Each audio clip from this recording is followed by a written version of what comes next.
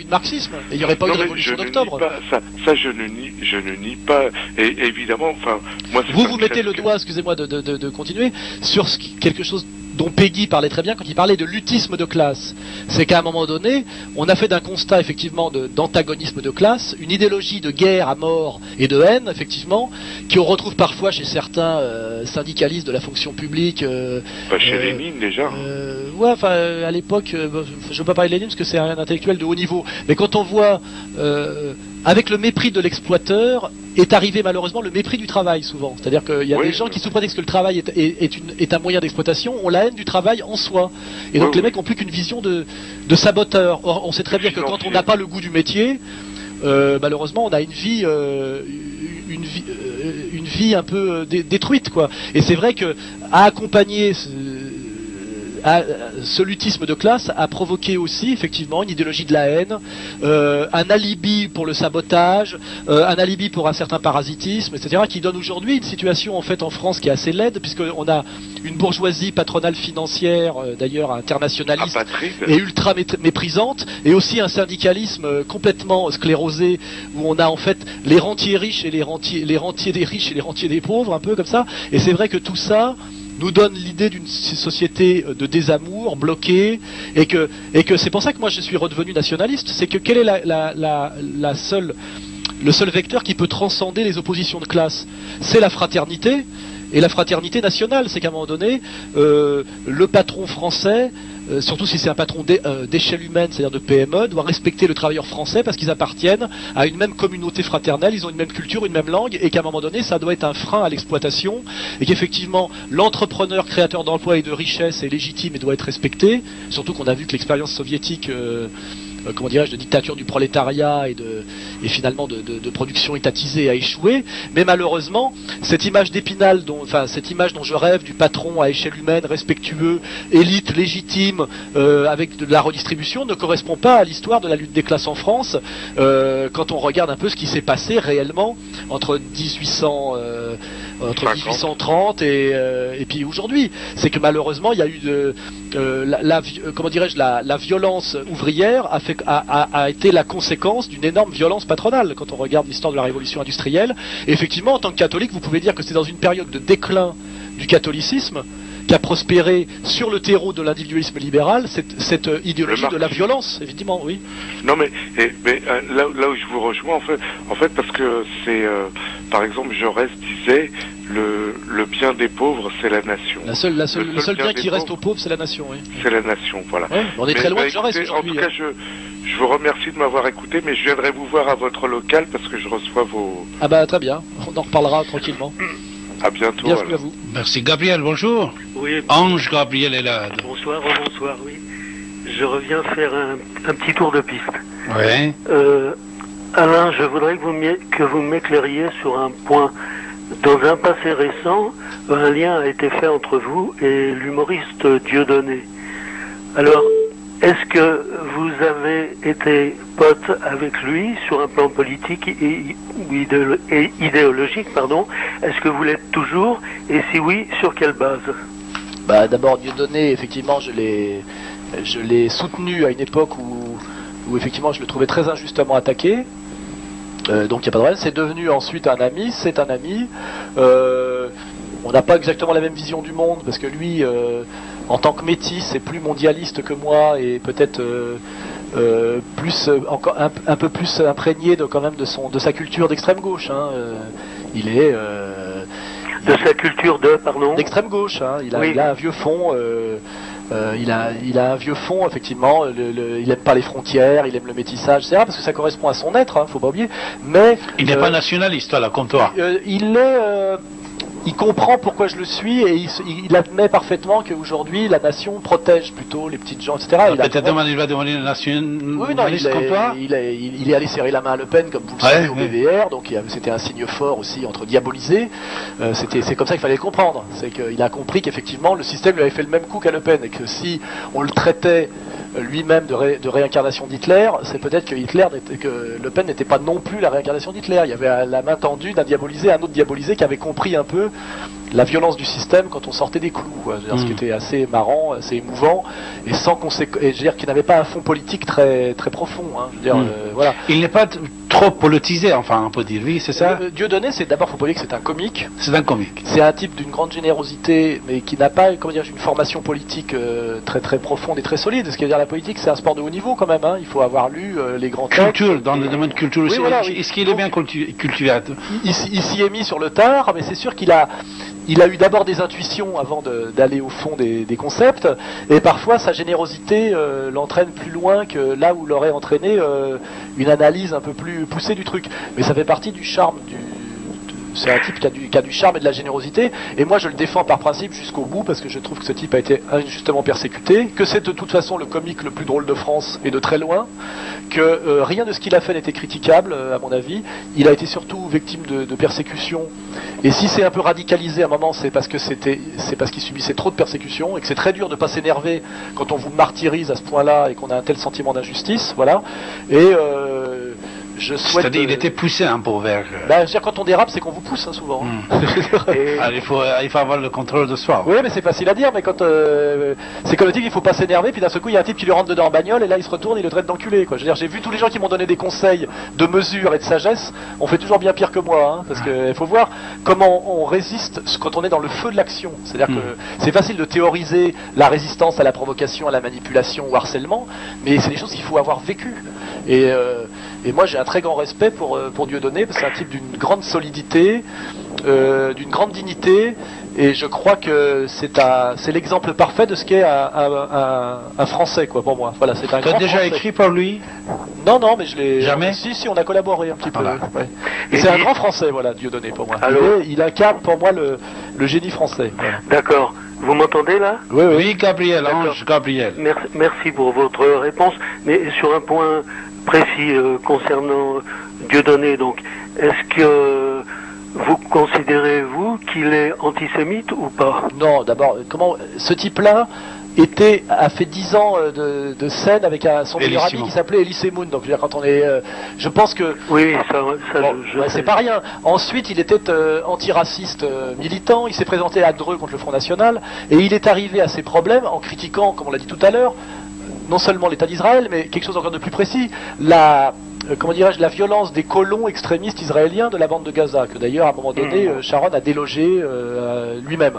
Voilà, il a fait un sketch qui n'était pas forcément de grande qualité, mais que tout le monde aura oublié le lendemain d'ailleurs, si d'un seul coup il s'était pas engagé toute une espèce de machine liée à mon avis, un lobby communautaire puissant, et qu'effectivement l'ont traqué, menacé, harcelé, et quand on connaît... il y a eu un phénomène d'emballement là. Oui, et puis surtout on l'a interdit de jouer, on a agressé son public, on l'a menacé, on l'a attaqué, on a agressé ses enfants. C'est très dur de pas péter les plombs, et les deux, je crois, une des deux condamnations qu'il a eues jusqu'à ce jour est une phrase qui sort lors d'une conférence de presse, alors que une milice vient d'attaquer son théâtre et de blesser avec une espèce de bombe incendiaire une petite fille de 9 ans marocaine. Donc il dit, ces mecs-là qui sont des négriers, et il désigne les types que la police vient d'arrêter.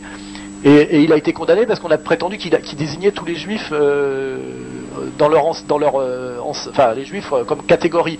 Ce qui, à mon avis, c'est un mauvais procès qu'on lui a fait.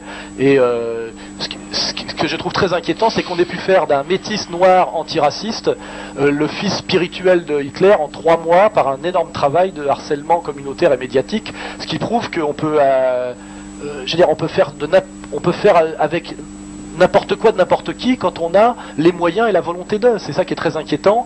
Et ce que je trouve très inquiétant, c'est qu'il n'y ait pas eu une association de comiques qui se soit créée pour dire on ne touche pas à un saltimbanque français, que tout le monde l'a lâché progressivement par lâcheté, qui s'est retrouvé tout seul, obligé aujourd'hui de jouer au Québec.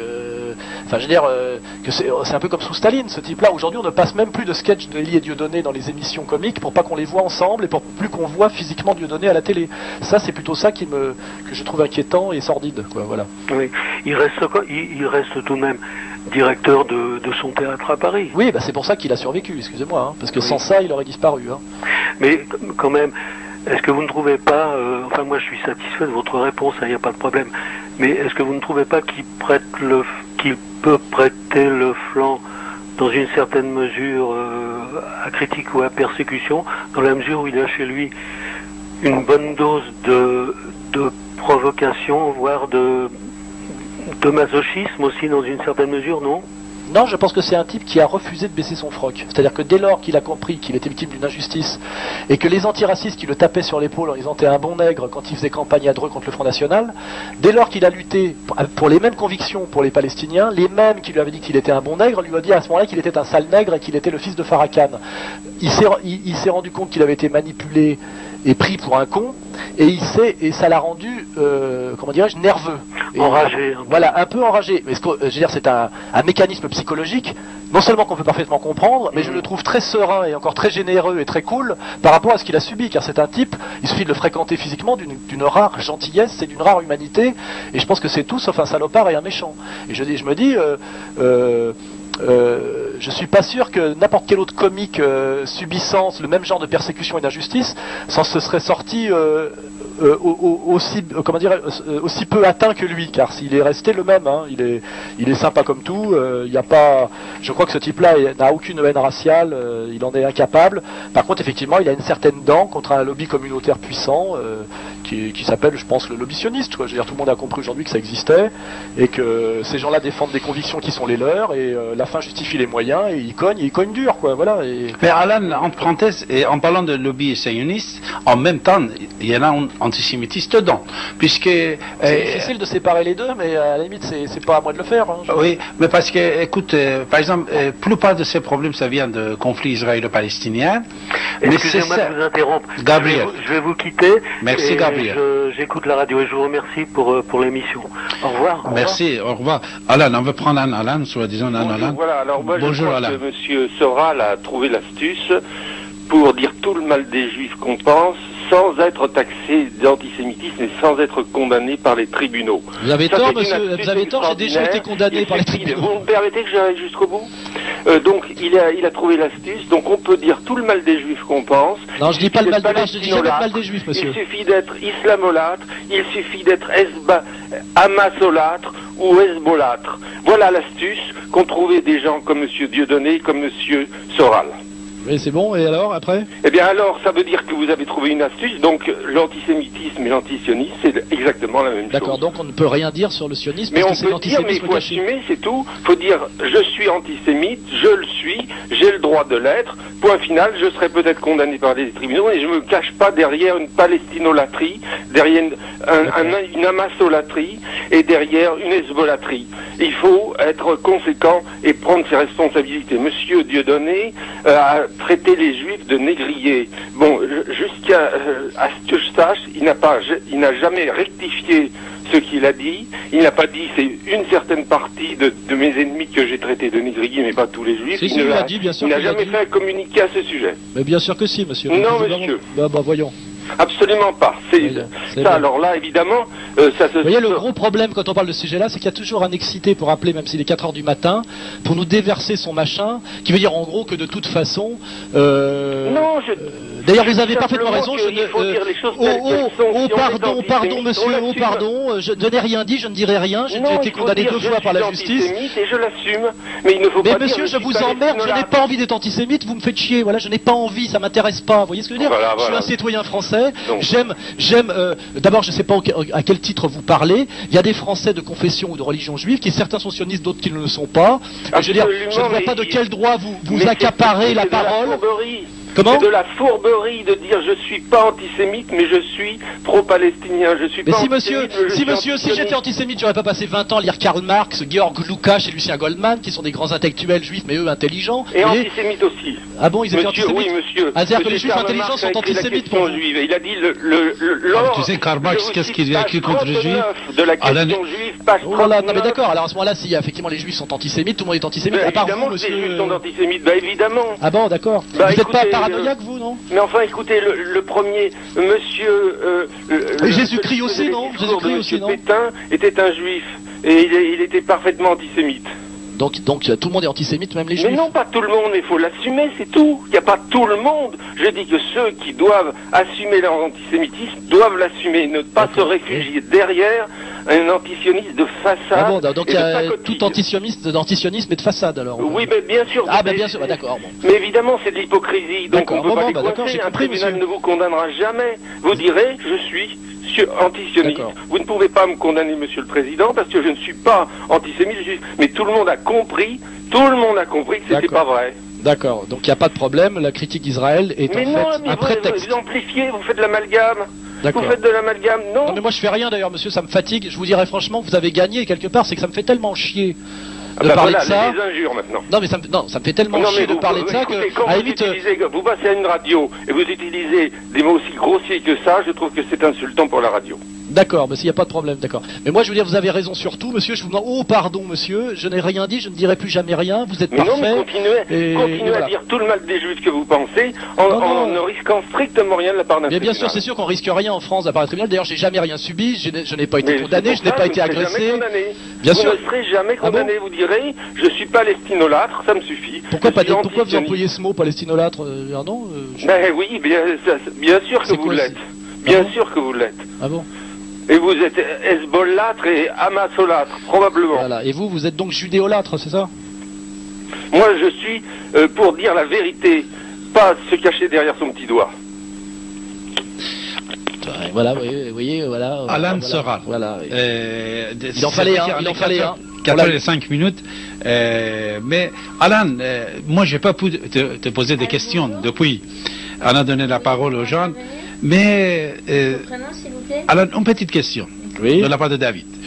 Est-ce que toi, comme un citoyen français, comme un nationaliste, est-ce que tu es d'accord de payer les gens qui ne sont pas français plusieurs millions de dollars par an? Et ici, les Français, nous avons des Français pauvres, des Français sans domicile. Toi, tu connais mieux que tout le monde. Oui, d'abord, on nous demande pas notre avis. Je pense que tu fais allusion... Non, je te pose la question. Est-ce que toi, comme un citoyen français qui paye ses impôts, et tu es d'accord de payer de ta poche je vais dire aux autres qui ne sont pas français, mais par contre, ton peuple, il a besoin de ça? Ça m'emmerde un peu. Moi, je ne suis pas d'accord. Plusieurs millions de dollars, pourquoi on paye aux Palestiniens chaque année? Et pourquoi l'armée française est en Afghanistan? Excuse-moi, pareil, effectivement, on nous a rien demandé. Ça aussi, c'est une question, Alain, bravo. Oui. C'est une question. Alors, où va votre argent? Voilà. Et les Palestiniens, pourquoi c'est nous qu'on doit les payer aux Palestiniens? Pourquoi ils ont le territoire, ils ont les capacités. Depuis 50 ans, Yasser Arafat et d'autres Palestiniens, ils ont touché plusieurs milliards de dollars. Pourquoi ils n'ont pas acheté une île, une cité, je ne sais pas quoi, pour leur peuple? Pourquoi ils n'ont pas créé 4 bâtiments, 4 immeubles? Alan, non, pardon, c'est une question raisonnable, rationnelle. Moi, d'abord, j'ai pas envie de parler de ce sujet-là, ça m'emmerde. Personne m'a demandé mon avis, c'est loin de moi. Tu n'es pas d'accord quand même? Non, mais je suis ni d'accord ni pas d'accord. Je veux dire, ce problème est un problème épuisant, piégé de toutes parts. J'ai essayé de m'y intéresser à un moment donné, ça n'attire que les ennuis. Ça ne fait rien. Les Palestiniens n'en ont rien retiré de mon engagement, si tu veux, quelque part, les pauvres, tu vois. Mais il fallait qu'ils comprennent j'ai bien retenu la leçon du monsieur d'avant, là. Donc, effectivement, j'ai pas envie d'en parler, car de toute façon, la discussion n'est pas libre en France. On va dire, en gros, que c'est... Je n'ai pas de plaisir à m'attirer des ennuis pour rien. Donc de toute façon, c'est un sujet très compliqué, comme c'est très piégeux. Effectivement, il paraît que beaucoup d'argent est allé à la cause palestinienne et que cet argent était très mal partagé et énormément détourné malheureusement. Mais je ne connais pas de pays où les élites, surtout dans des périodes troublées, ne spolient pas leur propre peuple. Et ça, c'est un vrai débat de fond, c'est qu'on n'a pas besoin... Quand les Blancs s'en vont d'Afrique, c'est pas pour ça que d'un seul coup le petit noir moyen voit son niveau de vie s'élever. Il y a toujours un noir pour faire le sale boulot du blanc à la place du blanc, c'est ça. Et ça, dans n'importe quel pays, il y a toujours des femmes pour faire le tapin, des hommes pour écrire à la police, et vice versa d'ailleurs, vous voyez. Et ce qui est bien, c'est en ça qu'on peut être universaliste, c'est que c'est à peu près pareil partout. C'est que moi j'espérais à un moment donné que ce soit mieux en Espagne qu'en France, que finalement les musulmans soient plus purs en termes d'honneur, enfin avec plus le sens de l'honneur que les catholiques. Et je peux vous dire que mon vécu d'un type qui approche de 50 ans, c'est que c'est pareil partout. Voilà. Donc je ne crois pas que les Palestiniens sont des saints et que les Israéliens sont tous des ordures. J'ai dit que simplement, ces pauvres Palestiniens, malheureusement, qui n'ont jamais rien fait à personne, sont des victimes terribles de l'histoire récente, et à mon avis, on leur fait payer des crimes qu'ils n'ont pas commis. Tout le monde a très bien compris tout ça. Ça doit être très dur de vivre depuis 60 ans dans un camp de réfugiés palestiniens. Ça doit être très dur aujourd'hui la vie quotidenne à Gaza. Et malheureusement, nous ne sommes pas responsables de ça. Non, mais j'ai pas dit que j'étais arrivé d'ailleurs payer ces gens-là. Et j'ai pas écrit de dollars dans les pays arabo-musulmans pour financer ça. Alors, mais attends, excuse-moi, je vais finir là-dessus. Oui. J'ai écrit des livres sur le communautarisme en France. Communautarisme féminin qui s'appelle les féministes, communautarisme homosexuel qui s'appelle le mouvement gay, notamment ACT UP, communautarisme d'ailleurs arabo-musulman, communautarisme judéo-sioniste. J'ai critiqué tous les communautarismes. Et je me suis fait emmerder par les communautés organisées à mesure de leur niveau d'organisation. C'est tout. Mais moi, je ne suis pas un spécialiste de la critique d'un certain communautarisme. J'ai critiqué tous les communautarismes. Et d'ailleurs, tous les communautarismes m'ont emmerdé. Et quand tu critiques le communautarisme au nom de la citoyenneté, tu incarnes quelque chose qui est complètement abstrait, qui s'appelle le citoyen, et tu te prends dans la gueule des choses concrètes qui s'appellent les communautés organisées. Ce qui veut dire que quand tu défends l'universalisme républicain, tu es tout seul. Alors que tu représentes soi-disant la majorité. Mais une majorité, t'es tellement abstraite qu'elle n'existe pas en termes de rapport de force. Ce qui fait que le meilleur moyen de s'attirer des ennuis, c'est de critiquer le communautarisme en France. Parce que toutes les communautés organisées t'attaquent, et toi qui es censé être défendu par la République avec un grand R, en réalité, tu te retrouves tout seul et t'en prends plein la gueule. Et moi, je me suis fait emmerder par ACT UP, par les féministes, par le lobby judéo-sioniste, par certains musulmans même aussi, c'est arrivé, très peu d'ailleurs, mais c'est aussi arrivé. Le Dalai Lama, j'ai reçu des lettres de menaces des Tibétains de France, et je sais pas trop quoi, de deux associations différentes. Donc j'ai vérifié, quand tu critiques les communautarismes, les communautaires t'emmerdent. Voilà. Voilà, c'est tout. Donc j'ai fait le travail, j'ai écrit 2 bouquins là-dessus, tout le monde a compris ce que je voulais dire, je vois pas pourquoi je suis pas masochiste, je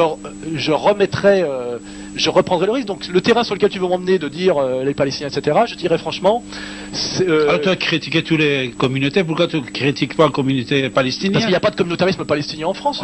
Les islamistes qui protègent, qui soutiennent les Palestiniens, c'est peanuts en avec France. café gratuit qui font dans les écoles actuellement. C'est 3 étudiants... Dans toutes les écoles et collèges parisiens... C'est même en déclin à mon avis. Hein. Ils distribuent ça gratuit. C'est rien. Okay. C'est des trucs de lycéens, quoi. La dernière question de la part de David, pour toi, s'il te plaît. Alan, oui. Alan, tu es français? Oui, je suis français, voilà. Alors, jusqu'à la trogne. Quelqu'un de non français vient ici en France, il tue, c'est un terroriste. Ce n'est pas par l'accident de voiture, ni l'accident d'avion, ni n'importe quoi. Ils viennent, ils tuent les citoyens français. Oui. D'accord? Est-ce que tu es copain avec ces gens-là? Non, mais tu vas encore m'amener sur... Non, je te pose la question, s'il te plaît, parce que je sais que certaines choses tu ne sais pas. Puisque tu ne sais pas, tu cherches de temps en temps des amitiés à droite à gauche. Parce que moi, je pense que toi, tu es sincère. Je cherche pas des amitiés. Tu n'es pas bien informé. Excuse-moi, je ne cherche pas des amitiés. Être ami avec quelqu'un, ça veut dire le voir régulièrement. À un moment donné, je me déplace et je vais rencontrer des gens pour pouvoir juger par moi-même. Ça ne veut pas dire des amitiés. J'ai croisé Chavez à Damas. Je suis pas ami avec Chavez, j'aimerais bien. Je ne parle pas de Chavez. Non, mais Chavez. Oui. Moi, je vais voir par moi-même parce que je n'ai pas confiance dans les médias. Voilà. Donc de temps en temps, si je peux, je vais voir par moi-même. Voilà. C'est le truc, c'est d'aller chercher. Voilà. Mais est-ce que les gens qui ont tué les citoyens français? Ça dépend quel citoyen français. Des fois, ça peut être des ordures, hein, d'ailleurs. Hein, mais alors, est-ce que en général, j'aime pas trop les policiers, est-ce que les policiers français c'est des ordures? Non, mais de toute façon... Anis Nakash, il a voulu tuer Chapour Bakhtiar qui était français. Chapour Bakhtiar, il était français, il avait une nationalité française. Tu sais très bien qu'il a été abandonné par l'État français dans un accord où il y avait beaucoup d'intérêts en jeu, qui était l'accord comment dirais-je, de l'enrichissement d'uranium à l'époque, et que dans cette histoire-là, c'est l'État français qui s'est déshonoré. Le terroriste d'abord c'était, on l'a laissé venir, on l'a laissé faire son boulot. Non, 2 fois. Non, pardon. Première fois, Anis Nakash, il n'a pas réussi de tuer Chapour Bakhtiar, il a tué les policiers français et il était libéré. Deuxièmement, encore, Anis Nakash était libanais. Ça, c'est des histoires de Hezbollah. Toi, c'était des histoires de dissidents iraniens. Excuse-moi. Non. Moi, je parle comme un Français avec toi. Ce n'est pas iranien ou je ne sais pas quoi. Je te dis qu'Anis Nakash, c'était un membre de Hezbollah libanais, de nationalité libanais. Il est venu ici, il a tué les policiers français. Il n'a pas pu tuer Chapour Bakhtiar. Après quelques années, il y avait 2 autres libanais. Ils sont venus ici, ils ont tué Chapour Bakhtiar, qui était aussi français. Oui. Après, il y avait... et là, je te dis, je crois d'ailleurs que ça faisait partie d'un deal. C'est-à-dire que la France l'a lâché. On l'a laissé tuer, oui. Ça faisait partie d'un deal. Ok. Est-ce que tu étais avec ce deal? Ah non, pas du tout. Pourquoi tu es allé serrer la main au Hezbollah libanais? Je suis allé serrer la main du Hezbollah. Parce que c'est ces gens-là qu'ils ont tué. Ils ont tué dans ton pays. Tu as très bien compris pourquoi je suis allé voir le Hezbollah libanais. D'abord, je suis allé voir ce qui s'était passé au Liban. Et j'ai vu quand même un pays qui avait été à moitié rayé de la carte à coup de bombardements massifs. Donc déjà, je suis allé voir. Et après, je suis allé rencontrer Aoun, c'est-à-dire tous les tenants de la réalité libanaise. C'est tout. Et je vois pas pourquoi je serais pas allé voir les mecs du Hezbollah. Excuse-moi, je suis allé voir. Il y a des mecs qui étaient députés de l'Assemblée nationale libanaise. Je suis pas allé voir des mecs dans les montagnes. Je suis allé voir des représentants légitimement élus qui étaient des mecs en costard. Et puis c'est tout. Ça, c'était problème à toi d'Iraniens, dissidents. Si. Toi, moi, ça me regarde pas. Moi, si je vais en Iran demain, je vais essayer de comprendre ce que c'est que ce pays, de comprendre ce que c'est qu'une république islamique qui tient malgré tout depuis plus de 20 ans, de voir si ça correspond aux médias. Depuis 30 ans déjà. Oui, ça tient depuis 30 ans, ce qui est étrange pour un truc soi-disant si délirant. Et puis j'essaierai de comprendre la complexité du pays, parce que c'est toujours beaucoup plus compliqué que ce qu'on nous dit. Et puis sans doute que je serrerai la main à des gens, parce que quand tu arrives, tu serres la main à quelqu'un, et d'abord il n'y a pas affiché son CV sur sa tête, et j'ai serré la main à tellement de gens dans ma vie, excuse-moi. Mais quand même, tu m'as pas répondu. Est-ce que tu étais conscient, quand tu étais allé voir Hezbollah libanais, que ces gens-là, ils ont tué les citoyens français? Ça, tu le savais ou non? Je m'en fous. Tu le savais pas, là? C'est pas ça que j'avais en tête à ce moment-là. J'avais en tête des gens qui en fait avaient un niveau d'organisation, avaient mené un certain combat, et je voulais voir qui c'était. Voilà, c'est tout. D'ailleurs, tu remarqueras que je dis pas ça pour défoncer, j'ai pas écrit une ligne sur la question. Je suis allé voir là-bas, j'ai fait une conférence de presse pour dire ce que j'avais vu. Et rien d'autre, j'ai pas écrit un livre, j'ai pas écrit un article, c'est-à-dire par contre je suis allé voir, ouais, voilà. Mais le moindre des choses... En plus, tu n'étais pas présent dans tous les rencontres que les 3 collègues qui étaient avec toi qu'ils ont fait. Oui, tu étais absent quelque part. Parce qu'il y a un jour où j'étais malade, oui. J'ai eu la chiasse, j'ai eu David, la tourista. bonjour. Paul, bonjour. J'ai eu la tourista. Paul. Bonjour. Bonjour. J'en profite pour te dire au revoir en même temps, puisque en général tu coupes la parole avant qu'on puisse se dire au revoir, David. C'est qui? C'est Paul ou c'est David? C'est qui? Moi c'est Paul. Paul, on t'écoute, Paul. Non, je te dis bonjour et je te dis au revoir. Bonjour, merci Paul. On vous écoute. Au revoir tout à l'heure. Donc bonjour. Bonjour Alain. Merci Alain pour le vent de liberté qui souffle. Grâce à toi et d'autres intervenants à l'occasion. Oui, je revendique au moins ça. Quoi. Ah putain, un peu de liberté. Quoi. Et je t'invite, tu as bien conscience du problème, je t'invite à la modération malgré les attaques que tu subis. Je sais ce que c'est pour moi-même. Je suis vachement modéré, je trouve, moi. Alors, il est bien ici, hein. Alain, il est bien ici maintenant. Moi, je défends le bon sens et une certaine morale de base française. Ah oui, on s'est pas compris. Non, bien sûr, dans ce sens-là. Je suis pas très extrémiste, hein. Non, mais on s'est pas compris dans ce sens-là. Tu es modéré, mais tu ne ménages pas ton corps-esprit en t'énervant par boucher. Oui, c'est vrai que je mouille le maillot, comme on dit, oui. Oui, c'est ça, oui, voilà. Tu ne te ménages pas. Et bon, évidemment, c'est pour toi-même, c'est pas évident, hein, pour ton propre corps, ton propre esprit, les deux. Et puis, je t'avoue qu'il m'est arrivé à plusieurs reprises de couper la radio, parce que il y a un moment, c'est pénible quand même. Mais je comprends très bien, je ne te fais pas la critique. Et voilà, l'objet de mon appel, c'était principalement ça, et te faire mesurer un petit peu l'importance que pour moi ça revêtait. Tu vas le comprendre vite fait, je dispose de la location spécifique de solidarité, et le temps que j'ai passé à attendre et maintenant à parler correspond peut-être à peu près à 1% de mes émoluments. Mais je tenais à faire ça, c'est important pour moi. Donc merci, chapeau bas. Donc il n'y a pas de questions, il n'y a rien? Il n'y a pas de questions, il y a félicitations. C'est gentil. Tu es au RMI, c'est ça que tu disais? Oui, c'est une équivalence du RMI, à peine supérieure de quelques euros. Ouais. Bah écoute, bon courage. Hein. Merci. Et merci de ton appel. Merci Paul. Alors, je te dis au revoir, Paul. Au revoir, David. Merci Paul, merci.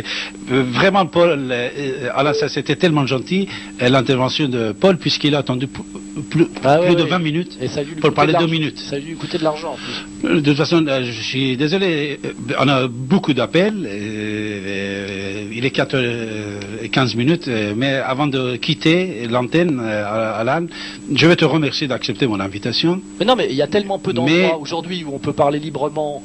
En allant un peu au fond du sujet, parce que c'est vrai que moi je fais de temps en temps une émission de télé, mais tu sais très bien comment ça marche la télé. Tu peux sortir une demi-phrase, tu vois. Là, tu as la parole. J'ai réussi à argumenter un peu, à développer 2-3 sujets, et c'est vrai que ce genre d'émission devrait exister à France Inter normalement, si on était en démocratie. Or, ça n'existe pratiquement plus ailleurs que sur Internet, sur des radios libres effectivement, qui bénéficie d'une rente de prestige liée à la stratégie mitterrandienne des radios libres il y a avant 80. Même tout ça, à l'époque de Mitterrand, on a eu des problèmes nous-mêmes. Et ça, nous vivons grâce à nos amis, notre président Didier Deplège, tous nos amis, une quarantaine de personnes qui travaillent gratuitement. Normalement, ce genre d'émission devrait exister sur Europe 1, France Inter, etc. Ça veut dire qu'on est en démocratie. Or, aujourd'hui, ça ne peut exister que ici ou des endroits relativement marginaux. Et c'est ça qui est inquiétant.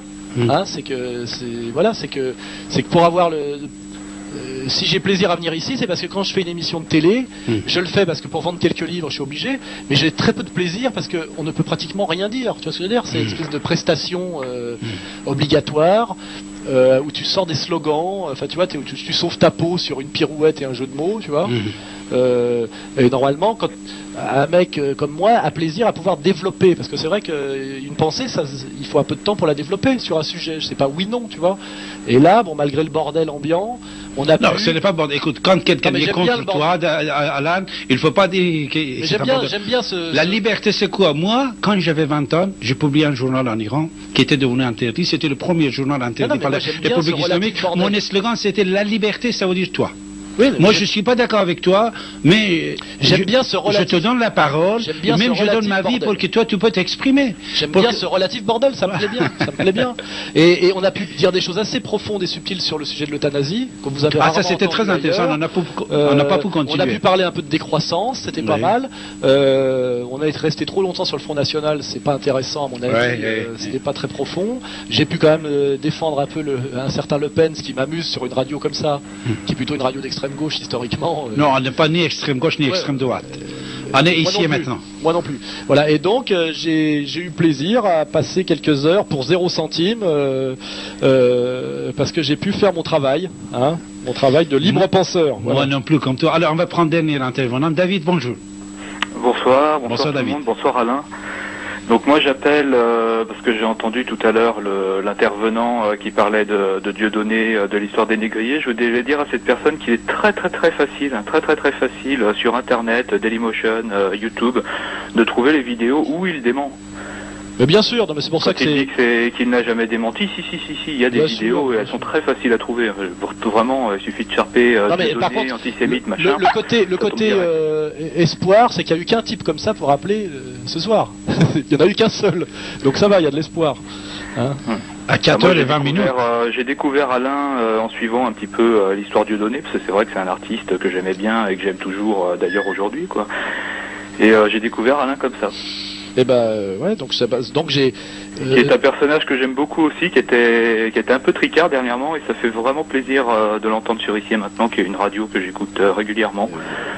Et vraiment merci pour ça, c'est agréable, des émissions comme ça. Merci David. Merci. On a fini là? Oui, j'avais on va finir avec David, mais là j'ai peur que ça nous embarque un peu loin, quoi. Merci David. Salut David. Au revoir. Alors, Alan, je te remercie d'être avec nous ce soir. Il est 4h20. Avec l'horaire d'été, il est 4h15. Il est 4h15. Moi, tout à l'heure, à 10h, j'ai une émission à la télé pour les Iraniens à partir de Los Angeles, je vais l'envoyer directement. Pour ça, je vais aller me préparer pour mon émission de télé. Je te remercie. Moi, je vais me coucher, moi. Si tu as quelque chose à dire, dernière parole.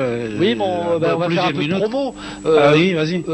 Vient de ressortir en édition de poche, c'est-à-dire pas cher, la compilation de mes 2 abécédaires sous le titre abécédaire de la bêtise ambiante, où il y a 470 pages de texte classés par ordre alphabétique sur tous ces sujets-là. En général, on essaie de faire un peu de logique et de polémique avec un peu d'humour. Et je pense que ceux qui ont été un peu intéressés par ma dialectique, s'ils veulent, parce que je fais quand même tout ça, je suis là parce que j'écris des livres et pas l'inverse. Le vrai sérieux, il est dans mes bouquins, quoi. Donc que les gens aillent au livre et qu'ils lisent abécédaire de la bêtise ambiante. Comment on peut l'acheter? Oui, on peut l'acheter sur Amazon. Pas dans toutes les librairies, mais sur Amazon, il y a tous mes bouquins. Qui lisent, s'ils veulent savoir ce que c'est que le soral, romancier, qui lisent Misère du désir ou Chute, même s'il est difficile à trouver. Enfin, j'ai publié jusqu'à ce jour 9 bouquins. Et c'est ça que que je revendique quand même, d'avoir un type qui a pondu un certain nombre de livres qui sont pas sans qualité, quoi. Voilà, le reste, là, on fait de l'animation, quoi. Bien sûr. On bricole. Et ton film aussi qui est accessible malheureusement sur ton sur site internet. Oui, parce que je cherche quelqu'un pour le sortir en DVD qui s'appelle Confession d'un dragueur et qui est un film bien meilleur que ce qu'on avait dit la critique à l'époque.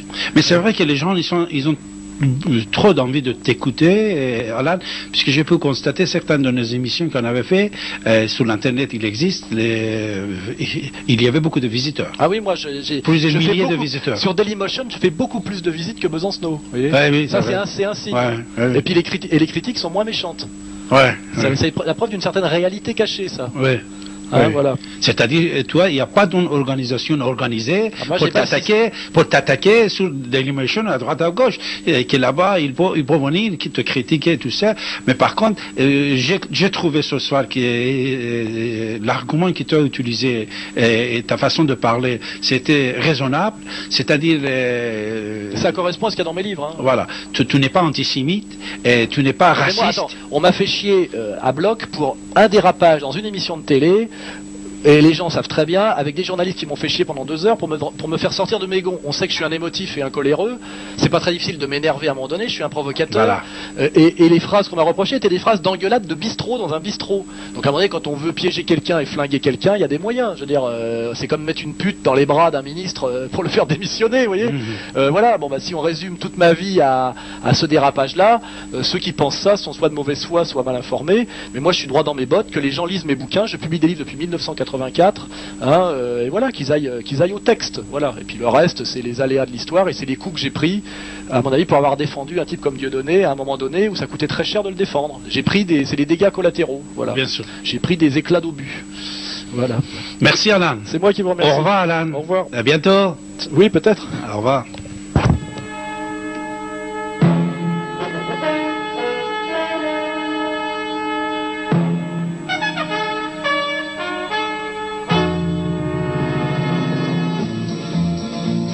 Vous êtes à l'écoute de la radio Ici et Maintenant sur 95.2 FM et sur l'internet ici-et-maintenant.com. Grâce à l'internet, vous pouvez nous recevoir partout dans le monde par la radio et la télévision. David Abbassi, écrivain, historien, est avec vous tous les mardis de 14h à 16h et tous les derniers samedis de chaque mois de 23h à 6h du matin. Son site internet davidabassi.com, A-2-B-A-S-I, Abbassi.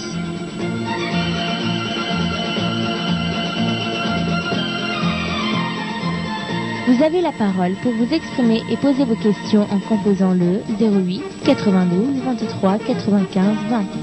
08 92 23 95 20.